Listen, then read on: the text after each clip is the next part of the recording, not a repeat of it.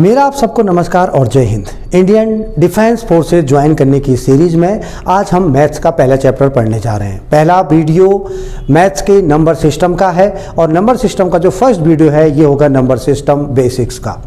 इसके बाद ही next video में भी हम नंबर सिस्टम की बात करेंगे और उसमें आपको नंबर सिस्टम से जुड़े हुए कुछ ऐसे क्वेश्चन होंगे जो कि बेसिक्स से थोड़ा सा ऊपर होंगे। ये पूरे वीडियो की सीरीज जो कि एक दूसरे से कनेक्टेड है और वो चैप्टर सारे के सारे एक दूसरे से कनेक्टेड हैं। आप एक साथ एक पैकेजेज में देख सकते हैं। हर एक एंट्रीज में, चाहे वो सोल्जर एंट्री है चाहे वो ऑफिसर एंट्री है, या वहाँ पर आपको उसी के लेवल के questions, answers, sample papers, mock test और बहुत कुछ मिलेगा। तो आज हम शुरू करते हैं basics of number system. Number system क्या होता है? नंबर सिस्टम में आपको सिर्फ वो चीज़ें ही बताएंगे जो चीज़ें आपको आनी चाहिए और जो कि आपके एग्जाम में आपको फ़ायदा देगी।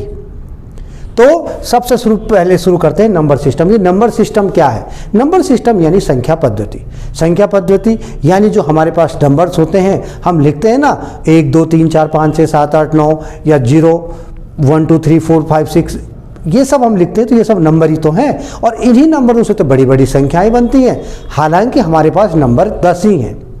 तो नंबर कौन कौन से होते हैं? सबसे पहले मैं आपको बताना चाहता हूं कि हमारे पास या हम जो पढ़ते हैं वो होते हैं नेचुरल नंबर। क्या होते हैं? Natural number. अब नेचुरल नंबर यानी प्राकृतिक संख्याएं। नेचुरल से क्या बनता है? प्राकृतिक बनता है। और प्राकृतिक संख्याएं मतलब अब लोग यही बोलते हैं कि भैया प्राकृतिक संख्याएं हैं तो क्या जो इनके अलावा संख्या है क्या वो प्राकृतिक नहीं है?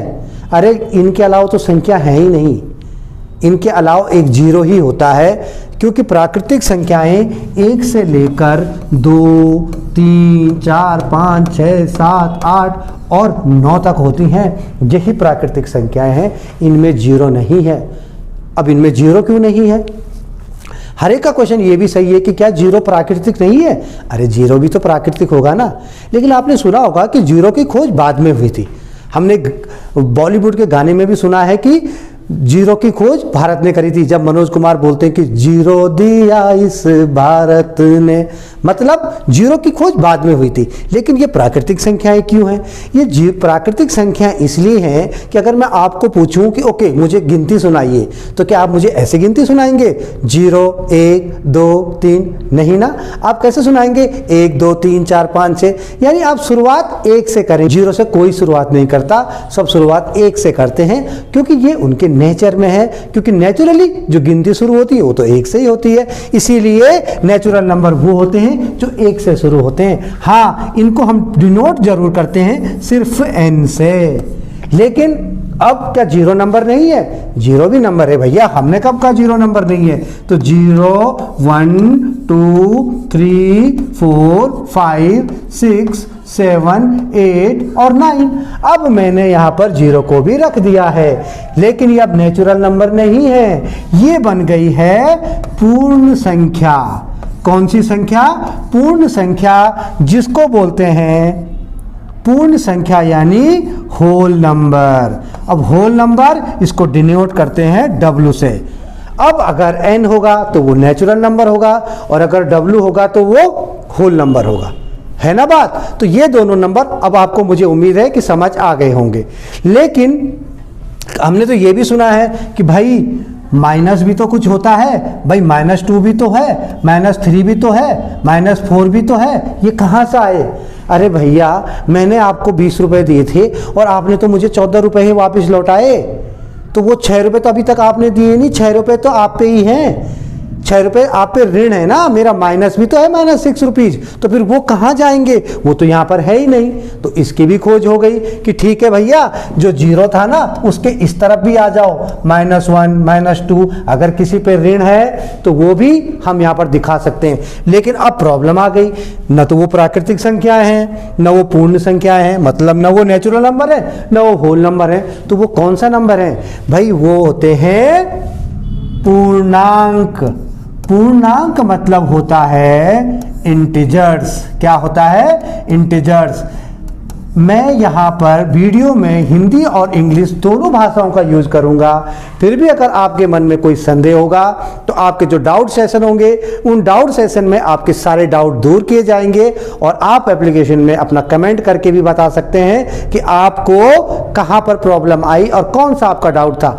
अच्छा होगा कि आपका डाउट यहीं पर खत्म भी हो जाएगा। तो अभी मैंने आपको तीन चीजें बता दीजिए। मैंने आपको बता दिया W, मैंने आपको बता दिया N और मैंने आपको बता दिया इंटीजर्स का क्या होते हैं। इंटीजर्स I यानी -3, -2, -1 और अगर मैं आगे बात करूं तो 0, +1, +2, +3, ये सारे आगे जितना भी डॉट डॉट डॉट चलता रहेगा ये सारे के सारे क्या हो गए, इंटीजर्स हो गए। तो अब मैंने आपको तीन चीजें बता दी। कौन कौन सी चीजें मैंने आपको बता दिए?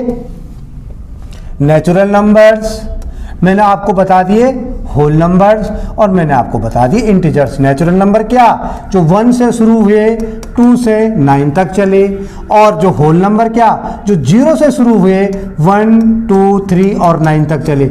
यानी जो नेचुरल नंबर और होल नंबर है ना, इनमें सिर्फ 0 का ही अंतर है, बाकी दोनों एक जैसे हैं।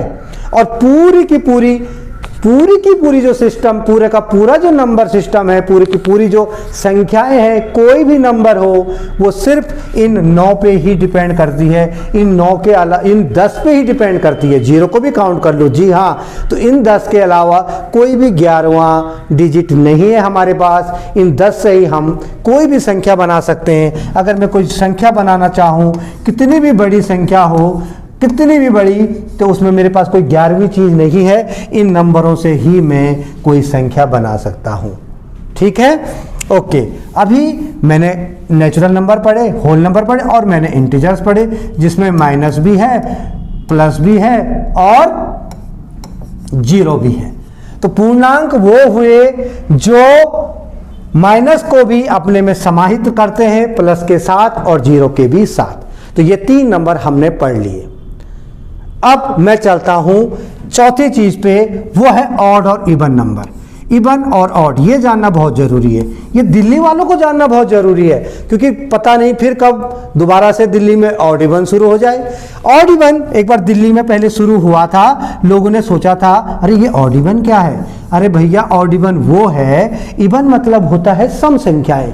सम संख्याएं मतलब वो संख्याएं जिनमें 2 का भाग चला जाए। सीधी सी बात, यानी जिनके अंत में 2, 4, 6, 8 या 0 हो वो सम संख्याएं हैं। यानी जिनमें 2 का भाग चला जाए वो सारी की सारी क्या होती हैं, सम संख्याएं यानी इवन नंबर होते हैं। जिनमें 2 का भाग चला जाए वो सारी की सारी सम संख्याएं। अब बात आती है विषम संख्याओं की। अब क्या बात आती है, विषम संख्याओं की। अरे भैया, जो सम संख्या नहीं है वो विषम संख्या है। यानी अगर हमारे पास 2 ही घर हैं तो कुछ लोग इस घर में रहेंगे, भैया जो लोग इस घर में नहीं है वो इस घर में रहेंगे। यानी 2 ही चीजें हैं, जो यहां नहीं है तो वो यहां है। मतलब क्या है कि जो इवन नहीं है, जो इवन नहीं है वो सारे ऑड हैं। जो इवन नहीं है वो सारे ऑड हैं। अब यहां पर 0 की बात मत करना भैया, 0 इन दोनों में से किसी में भी नहीं है। ठीक है, तो जो इवन नहीं है वो ऑड है, यानी जिनमें 2 का भाग नहीं जाता है वो विषम है, वही ऑड है। और ये हमारे पास कुछ इंपॉर्टेंट संख्याएं हैं। अब मेरे एक दोस्त क्वेश्चन करते हैं कि सर ठीक है, आप मुझे बताइए ना कि ये √6, √5 या √6 कौन सी संख्या है। बताएंगे, ये भी बताएंगे। लेकिन एक और दोस्त बोलते हैं कि सर ठीक है, क्या √16 के बारे में बता सकते हैं, ये कौन सी संख्या है। हाँ, मैं बता सकता हूं, √16 4 होता है। तो 4 किस में आता है सर? वो तो बोलता है 4 तो होल नंबर में भी आता है, 4 तो नेचुरल नंबर में भी आता है। मैंने कहा होल नंबर बाद में है, पहले नेचुरल नंबर है। इसका मतलब ये 4 जो होगा ये नेचुरल नंबर में होगा। क्या मैं सही था? जी नहीं, मैं सही नहीं था, क्योंकि ये 4 है ना, ये 4 अकेला नहीं है, ये प्लस और माइनस का 4 है। क्योंकि अगर हम प्लस का स्क्वायर करते हैं, +4 का स्क्वायर करते हैं तो भी 16 होता है, -4 का स्क्वायर करते हैं तो भी 16 होता है। यानी कि जो √16 है वो सिर्फ 4 नहीं है, वो प्लस और माइनस दोनों 4 है। अब क्या होगा भैया, अगर कोई परफेक्ट स्क्वायर है और उसके अगर हम स्क्वायर रूट कर दें, यानी +16 हो या 9 हो या 25 हो, अगर हम इनके स्क्वायर रूट कर दें तो ये +-3 आएगा, ये +-5 आएगा। इसका मतलब क्या होगा कि ये सारे के सारे क्या होंगे, इंटीजर्स होंगे। क्या होंगे, इंटीजर्स होंगे, जो पूर्ण वर्ग हैं, जो परफेक्ट स्क्वायर हैं। मैं √5, √6, √7 की बात नहीं कर रहा हूं, मैं इनकी बात कर रहा हूं। ये क्यों होंगे, क्योंकि प्लस और माइनस दोनों में ही इनका स्क्वायर रूट आता है। तो ये ध्यान रखें, अगर इस तरीके का क्वेश्चन होगा तो इसका आंसर ये होगा। मुझे उम्मीद है आपके समझ में ये सारी बात आ गई होंगी कि आपके पास कौन कौन से नंबर हैं। तो चलते हैं आगे। अब मैं आपको बताऊंगा परिमेय संख्या और अपरिमेय संख्या। परिमेय का मतलब होता है रैशनल नंबर। यह भी बड़ा क्वेश्चन पूछा जाता है। अरे कभी भी किसी आप क्वेश्चन पेपर को उठाइए तो उसमें होगा, भैया इसका इरेशनल नंबर बताइएगा, इसमें 2 इरेशनल नंबर कौन से हैं, इसमें रेशनल नंबर कौन सा है। भाई इरेशनल नंबर और रैशनल, यानी मैंने बोला परिमेय संख्याएं। कौन सी, परिमेय और अपरिमेय, 2 बातें हैं। अब क्वेश्चन ये होता है कि परिमेय कौन सी और अपरिमेय कौन सी, परिमेय कौन सी और अपरिमेय कौन सी। अब मैं आपको बताना चाहता हूं कि ये कुछ जो हमने अभी संख्याएं पढ़ी पिछले वाले पेज में, उनसे कुछ हटके हैं। कैसे हटके हैं, परिमेय संख्या वो होती हैं जिनको हम P/Q के फॉर्म में लिख सकते हैं। जी हाँ, P/Q के फॉर्म में लिख सकते हैं। यानी जैसे हम भिन्न के रूप में लिख सकते हैं 2/3 को, हम लिख सकते हैं 3/5 को, हम लिख सकते हैं 5/3 को। ये सारी की सारी परिमेय संख्या ही तो है। अच्छा, तो फिर अपरिमेय संख्याएं कौन सी है। अपरिमेय संख्या वो है जो परिमेय संख्या नहीं है, मतलब जिनको हम P/Q की टर्म में नहीं लिख सकते। जैसे √3, √2, √5, √6, ये सारी की सारी। तो क्या हमारे पास क्वेश्चन ऐसा आएगा कि इनमें से परिमेय संख्या कौन है और अपरिमेय संख्या कौन है। हो सकता आ जाए, लेकिन एक बात और है कि इनमें भी कुछ ऐसे नंबर होते हैं जिनके बारे में हमको पता नहीं चल पाता कि हमको पता कैसे लगेगा कि भाई परिमेय संख्या होती क्या है और अपरिमेय संख्या होती क्या है। यहीं पर मैं आपको थोड़ा सा एलिब्रेट करके बताता हूं कि मैंने बोला कि √3 को मैं अपरिमेय संख्या में बोल रहा हूं और 2/3 को मैं बोल रहा हूं कि ये परिमेय संख्या है। ध्यान रखिए, 2/3 जो है वो रैशनल नंबर है और √3 जो है इरेशनल नंबर है।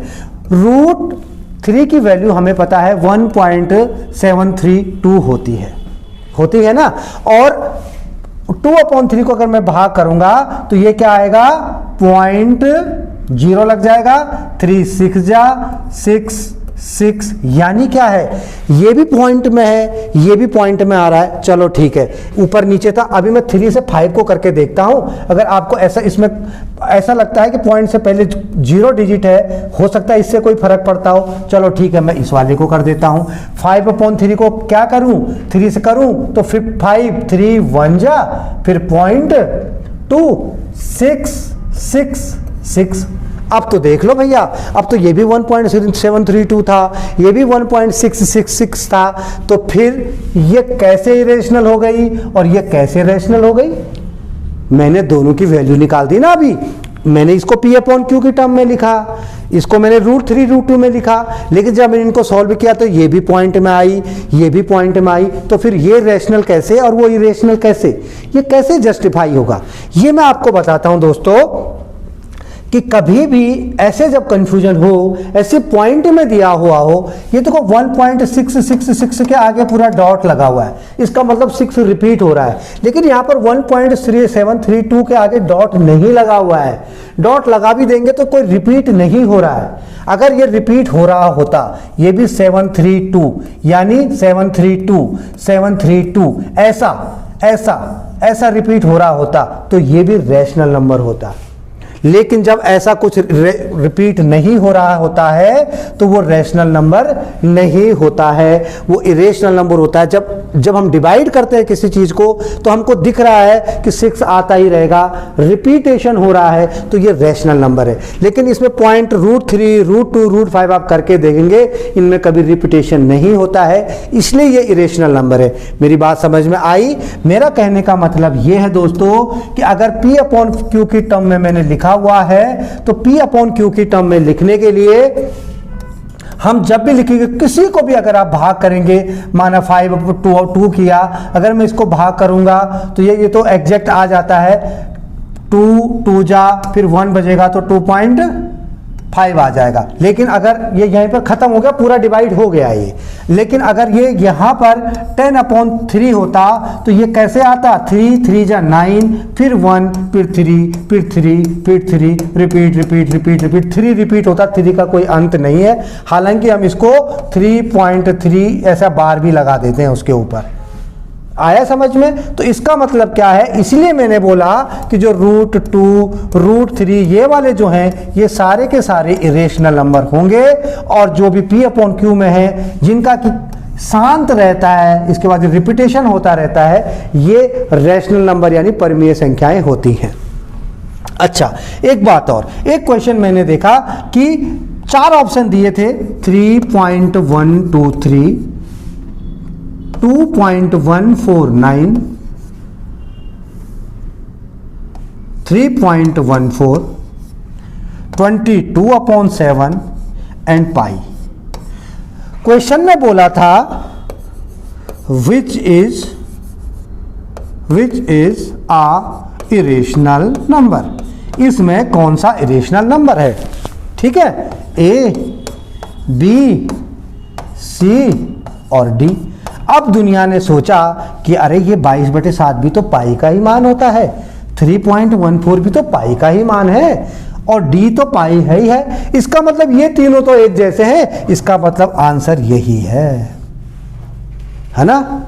लेकिन ऐसा नहीं था, वो बिल्कुल गलत था। जिसने ऐसा सोचा वो इसलिए गलत था क्योंकि 3.123 तो इरेशनल नंबर हो ही नहीं सकता, क्योंकि यहां पर खत्म हो गया। मैंने डॉट डॉट तो नहीं लगाया ना आगे, ये तो यहां पर खत्म हो गया। जब ये यहां पर खत्म हो गया है तो इसका मतलब क्या है, इसका मतलब क्या है, C 3.14 ये भी तो खत्म हो गया है। अरे ये तो पाई की वैल्यू है, लेकिन है तो गई खत्म ना, तो ये तो होगा नहीं। 22/7 ये तो मैंने P/Q में लिखा हुआ है, ऐसी तो होता है ना P/Q, ये तो मैंने P/Q में लिखा हुआ है। तो फिर क्या D इरेशनल नंबर है? अब कैसे पता लगेगा? जी हाँ, पाई ही इरेशनल नंबर है। अब आप ये ना कहें कि जो C है ये भी तो पाई है, अरे जो B है ये भी तो पाई है, ये तो हमने अपने सॉल्यूशन के लिए इनका नाम मान रखा हुआ है।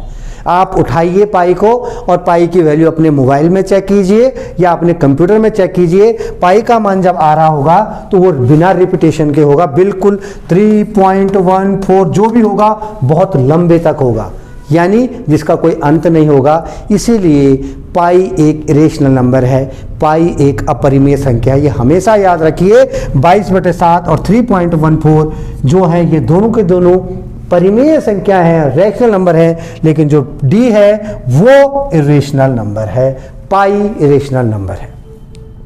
तो ये इस तरीके के क्वेश्चन आने के चांसेस होते हैं परिमेय संख्या और अपरिमेय संख्या में। मुझे उम्मीद है कि आपकी समझ में ये संख्याएं आ गई होंगी। अब एक छोटी सी संख्या मैं आपको और बताने जा रहा हूं, जिसको हम बोलते हैं इंग्लिश में प्राइम नंबर। क्या बोलते हैं? Prime number. अब हिंदी वाले सोचते हैं कि सर ने तो अंग्रेजी में बताया, भैया मैं हिंदी में भी बताऊंगा और अंग्रेजी में भी बताऊंगा। इंग्लिश में उसको प्राइम नंबर बोलते हैं तो हिंदी में उसको अभाज्य संख्याएं बोलते हैं। अब अभाज्य संख्याएं क्या हुई? अरे कौन सी है अभाज्य संख्याएं? भाई अभाज्य संख्याएं वो हैं, या तो मैं बोलूं उनका कोई फैक्टर नहीं होता या उनका कोई गुणनखंड नहीं होता, नो फैक्टर। और अगर उनका कोई फैक्टर होता है तो वो खुद ब खुद होते हैं, सेल्फ, खुद, या फिर 1। या तो उनका फैक्टर वो खुद होते हैं या उनका फैक्टर 1 या वो खुद होते हैं। मतलब जैसे कि 5 है, 5 या तो अपने आप से भाग होता है या 1 से भाग होता है, उसके अलावा किसी से नहीं होता। तो 5 भी एक अभाज्य संख्या है। जैसे 6 है, 6 2 से भाग हो जाता है, 3 से भी भाग हो जाता है, तो 6 अभाज्य संख्या नहीं है। लेकिन 7 है तो 7 सिर्फ अपने आप से भाग होता है और 1 से भाग होता है, तो 7 भी एक अभाज्य संख्या है, प्राइम नंबर है। यानी मेरे पास 1 2 3 5 7 8 नहीं, 9 नहीं, 10 नहीं, 11 13 ऐसे ऐसे ऐसे ऐसे प्राइम नंबर्स होते हैं। ये कई बार हमारे पास जंबल जो हमारी रीजनिंग एबिलिटी के उसमें भी आ जाते हैं, जहां पर कि नेक्स्ट वर्ड कौन सा ढूंढना होता है। तो प्राइम नंबरों की सीरीज होती है तो प्राइम नंबर हो सकता है। ठीक है, अब इसमें क्वेश्चन क्या आता है, सबसे छोटा इवन प्राइम नंबर कौन सा है? तो भैया इवन यानी सम, तो वो 2 है।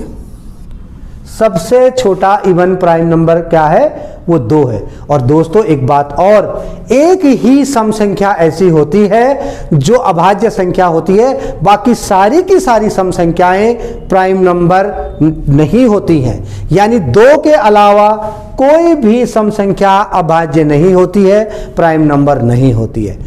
मतलब क्या है कि सिर्फ एक 2 ही ऐसी है जो सम संख्या है, जो प्राइम नंबर है, किसी से भाग नहीं होती। उसके बाद 4 6 8 10 12 14 16 किसी न किसी से जरूर भाग होती है, किसी से नहीं होती तो 2 से तो होते ही हैं, इसीलिए तो वो सम संख्याएं हैं। इसका मतलब क्या है कि जो सम संख्याएं होती हैं वो प्राइम नंबर नहीं हो सकते एक्सेप्ट 2।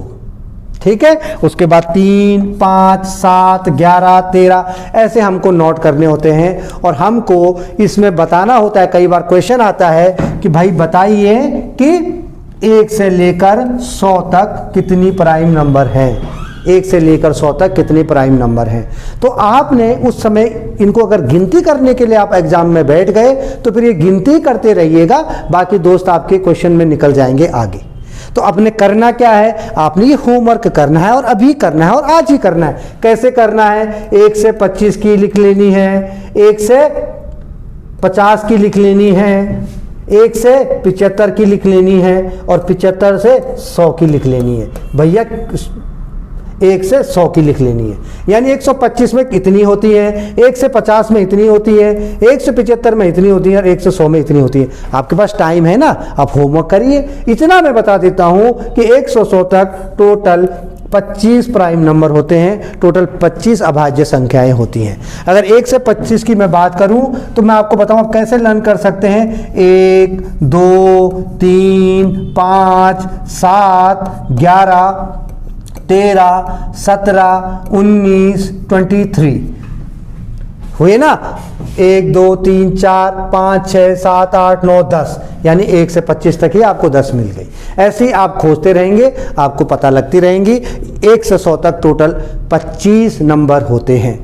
तो ये छोटे छोटे नंबर्स थे जो कि नंबर सिस्टम में जानना बेहद ही ज़रूरी है हम सब के लिए। बिना इन सब के नंबर के हम नंबर सिस्टम नहीं कर सकते हैं, बिना इनके हमको नंबर सिस्टम का पता नहीं चल सकता है। इसके अलावा कुछ कंपोजिट नंबर भी होते हैं, तो वो कौन से होते हैं? जो प्राइम नंबर नहीं होते वो कंपोजिट नंबर होते हैं। इसके अलावा रियल नंबर भी होते हैं। सारे के सारे जितने मैंने अभी तक आपको नंबर पढ़ाए हैं, -1 +1 0 √2 √3 जितने नंबर आज हमने डिस्कस किए, ये सारे के सारे रियल नंबर हैं, रियल नंबर है। इसके अलावा इमेजिनरी नंबर भी होते हैं जो कि हम नेक्स्ट वीडियो में डिस्कस करेंगे कि आई वाले जो नंबर्स होते हैं वो कौन से होते हैं।